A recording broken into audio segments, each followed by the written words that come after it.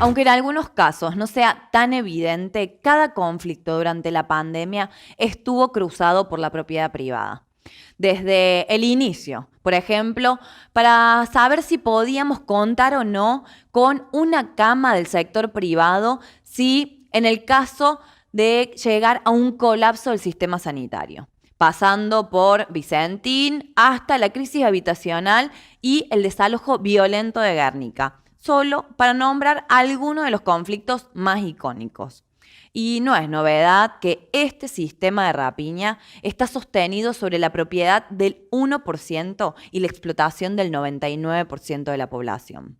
Pero la pandemia y la crisis económica volvieron más violentas las respuestas del sector privado y también del Estado que lo sostiene, que frente a las demandas de los y las de abajo y la emergencia social, ve amenazado lo que considera su derecho de posesión por sobre cualquiera de nuestros derechos.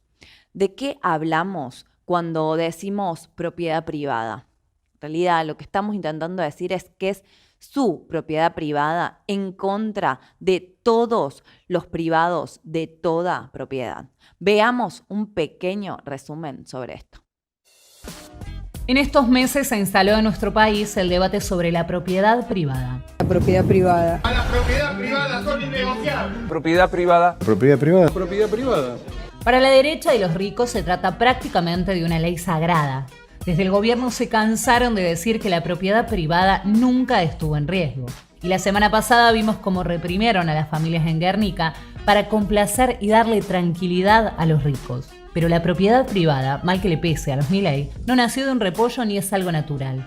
Y no estábamos hablando de tu celular o de tu auto. Hablamos de la propiedad de la tierra. Pero hagamos un repaso histórico.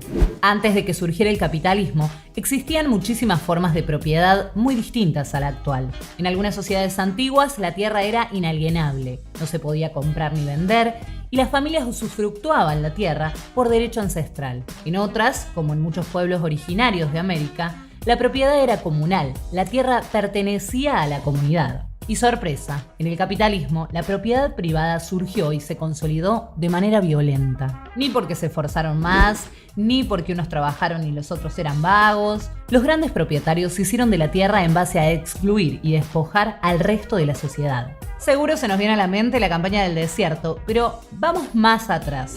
En Inglaterra, donde nació el capitalismo, la aristocracia capitalista se hizo de la tierra en los llamados procesos de cercamiento. El parlamento inglés, compuesto solo por propietarios, definió que la tierra debía estar cercada. La que no lo estaba no era propiedad de nadie. Y así los terratenientes ingleses, cercando la tierra, avanzaron despojando a los campesinos. Y los que rompían la cerca eran condenados a muerte por la justicia de entonces. Volvamos. En Argentina no solo se construyó la propiedad privada en base al exterminio de los pueblos originarios, también se despojó a campesinos mediante la creación de los títulos de propiedad a los cuales estos no podían acceder. Propiedad privada para unos pocos, garantizada por la justicia y la fuerza estatal. ¿No te suena? Y sí, en Guernica no fue muy distinto. Jueces que ordenan desalojos sin importar que los dueños estén flojos de papeles y un Estado que reprime a familias que no tienen nada y lo poco que tenían, topadora y fuego. O el caso Echeverre, un juez que falla a favor de la familia oligárquica a pesar de que la legitimidad sobre el predio de Santa Elena está cuestionada desde la época de Menem por las apropiaciones previas y cientos de policías hicieron cumplir el desalojo. Bien podemos incluir también aquí a la Iglesia Católica, propietaria de unos 18.000 inmuebles exentos de impuestos y cedidos por el Estado, el predio de la Sociedad Rural en Palermo, cedido por el Estado, la sede de la UCA en Puerto Madero, cedida por el Estado, más de 1.000 country flojos de papeles, Lewis apropiándose ilegalmente del lago escondido, el grupo Clarín apropiándose de calles y terrenos, y la lista sigue, pero para ellos no hay ningún desalojo previsto. El sostenimiento de la propiedad privada de unos pocos se hace a expensas del malestar de las mayorías. ¿No llegó la hora de cuestionarlo? El defendidísimo derecho a la propiedad privada no es más que la naturalización del privilegio construido sobre la desposesión del pueblo, de las y los trabajadores, de las mujeres. Instalaron que es necesaria la inversión privada, que los dueños son los que generan empleo, que así va a derramar para abajo, y todo el argumento de los voceros del capitalismo que no provocó más que desigualdad y crisis ecológica. Porque los ricos, si en algo aportaron, es en desastres sociales y ambientales. La emergencia es general, es alimentaria, habitacional, climática, sanitaria. No está garantizado lo básico. La crisis actual intensifica la división entre propietarios y no propietarios, entre burgueses y trabajadores, y nosotros queremos dar el debate. Los poderosos de este país tienen miedo. Y queda claro que no es al gobierno que le cedió en todo y que defiende su propiedad privada reprimiendo a los pobres. Es que cada vez más trabajadores y sectores populares estamos decididos a no pagar esta crisis. Cuestionamos la concentración de la tierra y el modelo del agronegocio contaminante y destructivo y luchamos para que se garantice un derecho básico, elemental, el derecho a la vivienda.